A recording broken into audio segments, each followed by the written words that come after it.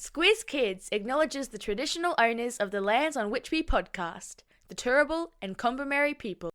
Squiz Kids! It's your daily news fix. Fun, free, fresh. Hello and welcome to Squiz Kids Today, your fresh take on what's happening in the world around you. I'm Bryce Corbett. It's Wednesday, February 28. In Squiz Kids Today, Tween skincare TikTok warning, Scotland's Willy Wonka fail, another wonky moon landing, and some really big Bluey news. That's what's making news, kids style. The Lowdown.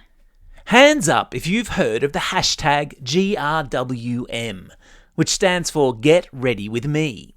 Or hands up if you've ever watched a TikTok video or Instagram story of a skinfluencer recommending the use of certain skincare products. Because doctors around the country are becoming more and more worried about the skincare trend emerging among pre-teenage Australian girls, sparked by social media influencers, with some doctors even warning that products made for adult skin are dangerous when used on kids' skin. So, there's a little bit to this story, so let's break it down.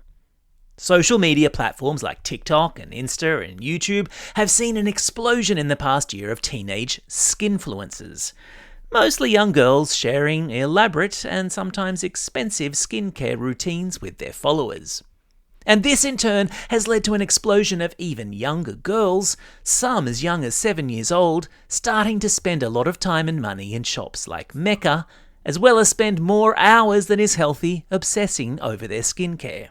Now, doctors all say that looking after our skin is really important, whether it's protecting it with sunscreen or generally keeping it clean when we have a bath or a shower. But complex skincare routines involving products made especially for adult skin are starting to damage the perfectly good skin of young girls across the country, which has prompted experts to warn parents and kids to be careful. People called body image experts have even warned that this is just another way that young people are made to feel bad about how they look. Take it from me, if from no one else. There's only one of you in the world. One unique, special, amazing you. And you are more than good enough just the way you are. And as Squizzy the Newshound constantly reminds us, we've always got to stop, think and check whenever we come across content online. Think about who is making the content you're looking at and what they are wanting you to do or feel, what reaction they're hoping to provoke. And then decide whether you want to be sucked in by it or keep it all at arm's length. I know what I'd be doing.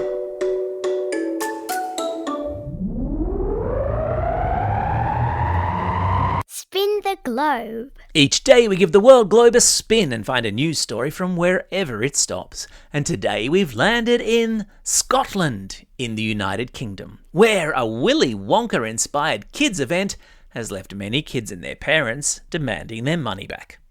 In the advertisements for Willy's chocolate experience, attendees were promised a magical experience, like something straight out of the Roald Dahl book Charlie and the Chocolate Factory or from the recent Wonka film.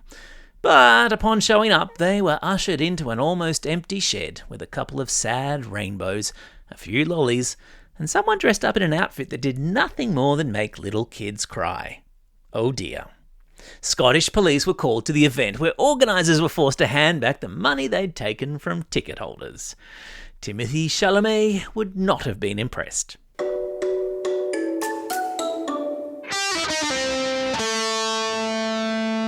Pop Culture Corner. All right, Bluey fans, prepare to lose it. With news yesterday that everyone's favourite blue healer is returning to our screens in April with a special, get this, 28-minute world premiere episode called The Sign. I know, right? I'm cancelling all appointments on Sunday, April 14, closing the door and drawing the curtains to settle in to see what crazy adventures Bluey, Bandit, Bingo and Chili get up to. It's the longest episode of Bluey ever made, and already the internet is fizzing with theories on what it will be about. Called The Sign, some people are saying it could be about something as simple as an actual sign, or something a bit more abstract, like something that happens to the Healer clan, which is itself a sign of other things to come. Personally, I don't care, as long as somewhere in that 28 minutes there's a good old game of keepy-uppy. Oh, and that my favourite character from a Bluey episode ever, Janelle, the New South Wales Blues barracking neighbour in the State of Origin episode, makes an appearance too. Now that would be good.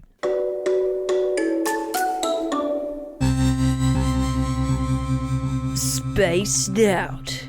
Remember earlier this week we talked about the US spaceship which landed on the moon last week and decided to have a bit of a lie down? Well, not exactly a lie down, it just didn't quite land the right way up and is now lying on its side, sending back photos that you presumably have to turn your head to one side to make sense of. Well, it seems to be something of a trend, with news yesterday that a Japanese spaceship that travelled to the moon back in January and also landed the wrong way up has spluttered back to life yesterday after weeks and weeks of lying dormant.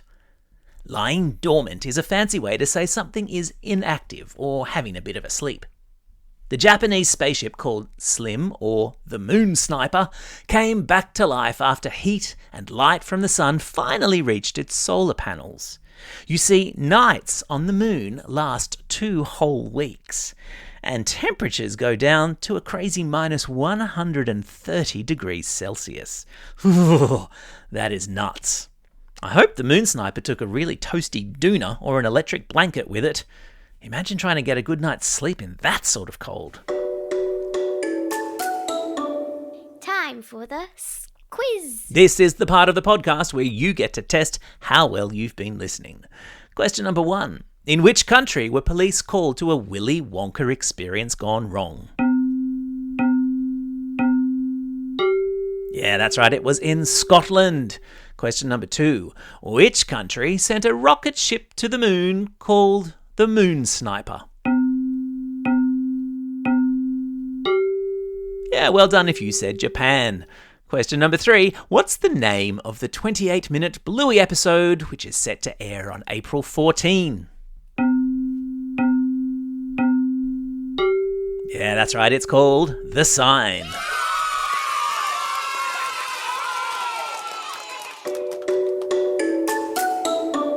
Shout-outs. It's February 28. The Matildas play Uzbekistan tonight in the second Olympic qualifier. If they draw or win this game, it's off to the Paris Olympics they go. Kick-off is in Melbourne at 7 p.m. local time. It's also a special day for these Squiz kids celebrating a birthday today. Jake from Eltham North, Thea from Albury, Philippa from Launceston, Harrison from Ormiston, Rayansh from Canning Vale, Andrew Michael from McKinnon, and Ethan, who's listening all the way over in Ream Island in the United Arab Emirates. And a happy belated birthday today to Abby, Molly Ann, William, Riley, and Sho, all from Abbotsford. To Thomas from Willoughby, John from Yeppoon, Queenie from Cabramatta, Catherine from Sydney, and Natasha from Shado Park. And today's classroom shout-outs go to Class 8B and Mr. Forbes from Kingswood High School, Class 5W and Mrs. Waugh from Thomas Hassel Anglican College in Middleton Grange, Class K6 Navy in the Autism Support classes with Mr. Dennett at Carringbar Public School, Class 3W with Ms. Watts at MacArthur Anglican School in Cobbetty, and finally, for today, Class 5S with Mr. Shackcloth at Westside Christian College in Goodna. Don't forget, if you've got a birthday coming up and you want a shout out, or if you're after a classroom shout out, drop us a line at squizkids@thesquiz.com.au or fill out the form on our website. Well, that's all we have time for. Thanks for listening to Squiz Kids today. We'll be back again tomorrow. In the meantime, get out there and have a most excellent day. Over and out.